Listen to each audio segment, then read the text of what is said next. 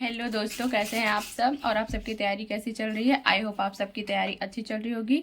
चलिए मैं बात करती हूँ थोड़ा सा मेरे बारे में कि मेरी तैयारी कैसे चल रही है और मैं कैसे अपनी स्टडी को मैनेज कर रही हूँ।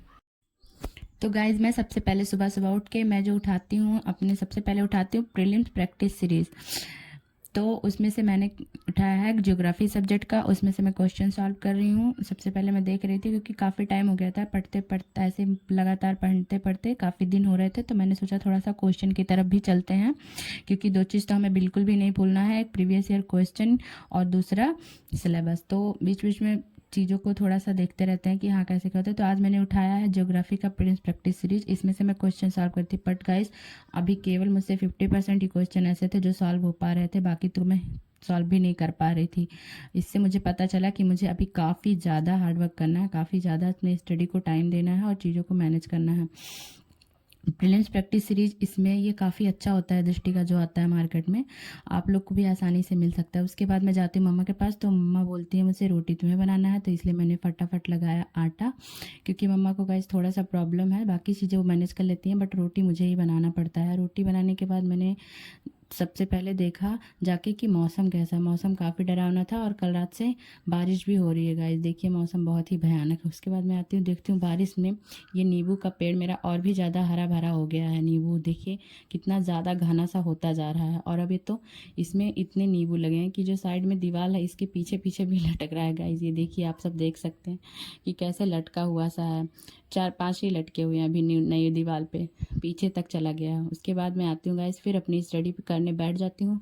अब मैं देख रही थी कि कौन से क्वेश्चन मेरे गलत हुए थे, तो वो क्वेश्चन सामने प्रिंस प्रैक्टिस सीरीज खोल के, और उसके बाद मैंने लिया था बुक और अपने नोट्स में देख रही थी कि मतलब मेरी कौन सी ऐसी गलती हुई है, कहाँ मैंने क्या चीज़ों को समझ नहीं पाया जिसकी वजह से मेरे क्वेश्चन गलत हुए हैं। तो प्रिंस प्रैक्टिस सीरीज से क्वेश्चन और अपनी नोट्स और बुक से एनालिसिस करके मैं उस क्वेश्चन को दोबारा से कर रही हूँ सॉल्व, और इस अपने टॉपिक को अच्छे से कर रही थी रिवीजन, ताकि अगली बार से मुझसे ये क्वेश्चन गलत ना हो और वो मेरा टॉपिक और भी मजबूत हो पाए।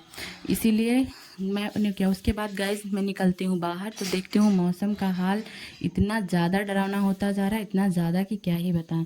एकदम से आंधी सा आया है, बहुत तेज़ आंधी आई है गाइज, और ये देखिए बादल बादल सा बना हुआ है पूरा। आंधी तो इतनी तेज़ थी कि ऐसा लग रहा था कि क्या ही हो जाएगा।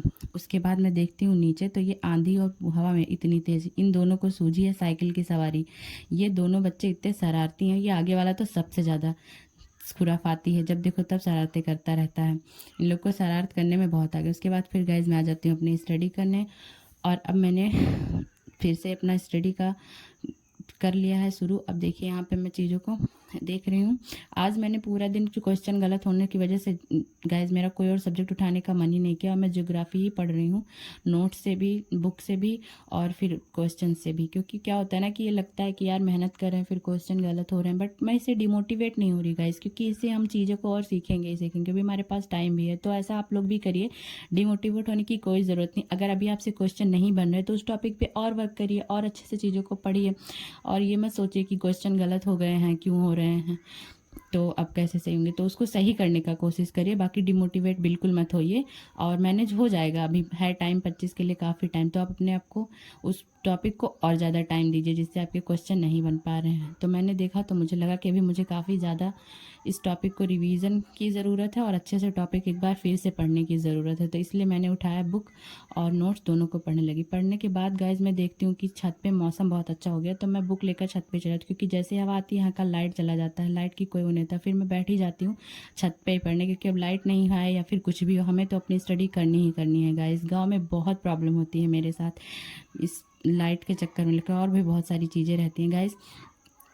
आप सब तो जानते ही होंगे, जो भी लोग गांव से जुड़े होंगे, कि गांव में कितनी चीज़ों को मैनेज करना पड़ता है। और मैं यहीं पे बैठ जाती हूँ, हवा भी अच्छी लग रही है, उजाला भी है, क्योंकि अंदर तो रूम में लाइट भी चली गई है, हवा भी नहीं है और उजाला भी नहीं है।